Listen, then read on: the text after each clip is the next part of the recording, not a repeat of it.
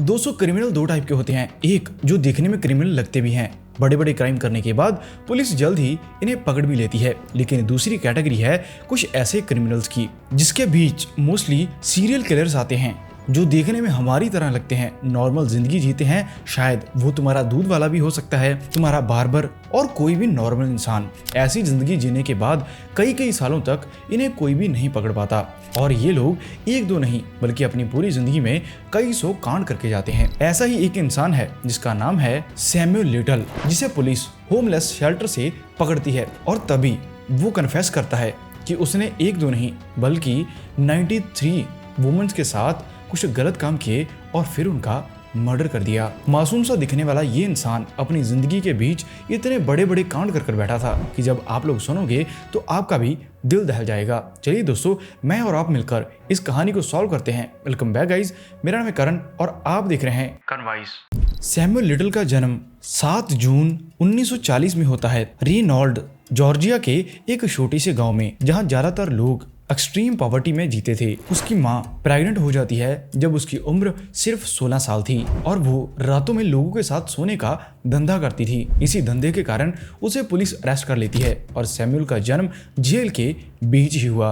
जैसे ही वो जेल से छूटती है तो बाहर आने के बाद वो सैमुअल को छोड़ देती है। बाकी की सैमुअल की सारी जिंदगी उसके ग्रैंड मदर और फादर के साथ बीती है। उन्होंने ही इसे पाला, पर कहते हैं ना कि बचपन में अगर बच्चे को माँ और बाप ना मिले तो वो बिगड़ जाते हैं। ऐसा ही कुछ सैमुअल के साथ हुआ। सैम बचपन से ही बदमाश था। एक चोरी के केस में उसे बॉयज इंडस्ट्रियल स्कूल भेजा जाता है जहां उसके साथ ब्रूटल अब्यूज होता है और इसी जगह से सैमुअल का गुस्सा एक हिंसा में तब्दील हो गया। जिंदगी के बीच पहले तो उसे माँ बाप नहीं मिले, माँ मिली तो वो उसे छोड़कर चली गई और दूसरी साइड जब उसने सोशली होना शुरू किया तो उसके साथ ये सब कुछ हुआ। यही सारी चीजें सैमुअल के दिमाग में बैठ जाती हैं। स्टडी अच्छी ना होने के कारण वो स्कूल लाइफ में फेल हो जाता है और 16 साल की उम्र में पहली बार वो जेल गया जब उसे चोरी के केस के अंदर अरेस्ट किया जाता है और जेल के अंदर से ही छोटे छोटे और क्राइम करने का सिलसिला शुरू हो जाता है, जिसके बीच सैमुअल के दिमाग में एक चीज बैठ जाती है।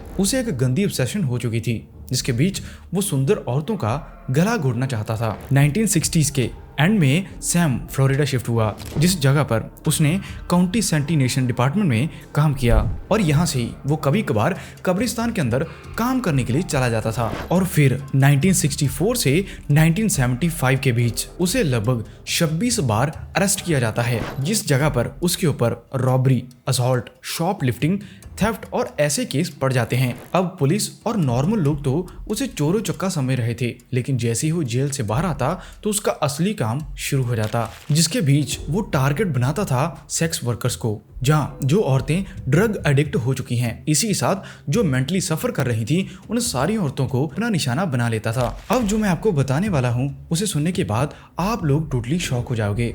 सैमुअल नाम का ये इंसान सिर्फ सेक्स वर्कर्स और ऐसी औरतों को इसलिए निशाना बनाता था क्योंकि इन सभी के बीच से उसे अपनी माँ की फीलिंग आती थी। इन्हें देखने के बाद उसे लगता था कि यही उसकी माँ है, जिसके कारण उसकी पूरी जिंदगी बर्बाद हो गई क्योंकि जन्म जेल में होता है, माँ भी उसे छोड़ देती है और सैमुअल अपनी पूरी जिंदगी ये नहीं जान पाया कि उसका असली बाप है कौन। जिंदगी बर्बाद होने के बाद वो अपनी माँ जैसी दिखने वाली हर एक औरत को अपना निशाना बनाता जा रहा था। अब ऐसी औरतों को ढूंढने के लिए वो ब्रिजेस के नीचे जाता, होमलेस शेल्टर्स के पास घूमता, जहाँ पर उसे औरतें मिलती वो किसी ना किसी को अपने साथ ले जाता। वहां पर उनके साथ गंदे काम करने के बाद उनका गला घोट देता, जो कि उसका मर्डर करने का सिग्नेचर था। अब जो ऐसी औरतें होती हैं, ना ही उनकी फैमिली होती है, ना ही उनका पीछा करने वाला कोई, जिसके बाद जैसे ही उनका मर्डर होता पुलिस के पास कोई भी सबूत नहीं बचता और पुलिस सैमुअल को कभी भी नहीं पकड़ पाती। 1982 में मिसिसिपी में मलिंडा रोज नाम की एक लड़की के मर्डर में अरेस्ट किया गया,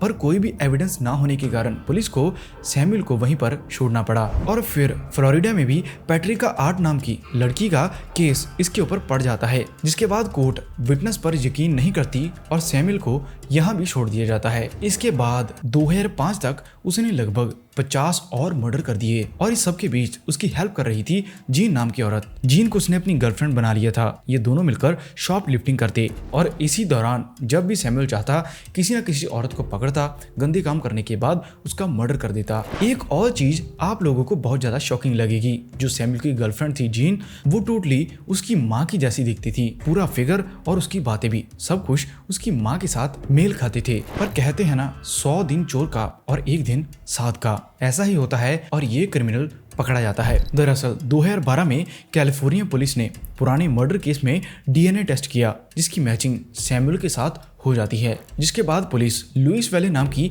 एक जगह पर पहुंचती है, जहां पर एक होमलेस शेल्टर था। पुलिस जल्द ही दरवाजा तोड़कर इसके अंदर घुसती है। उन्होंने देखा सैमुअल व्हील चेयर पर बैठा है, उसे चला भी नहीं जा रहा और बोलने में दिक्कत आ रही थी। पर फिर भी पुलिस का काम था क्रिमिनल को पकड़ना। पुलिस ने बिठाया और इन सारी चीजों के बारे में बताया, लेकिन आगे से सैमुअल अभी भी कोई चीज नहीं मान रहा था।